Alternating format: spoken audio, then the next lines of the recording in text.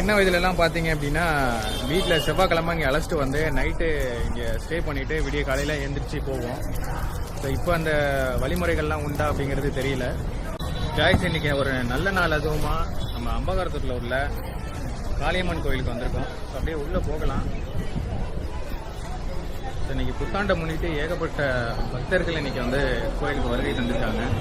So அது மட்டும் இல்லாமல் இந்த கோயிலோட கும்பாபிஷேக வேலைகள்லாம் நடந்துகிட்டு இருக்கு.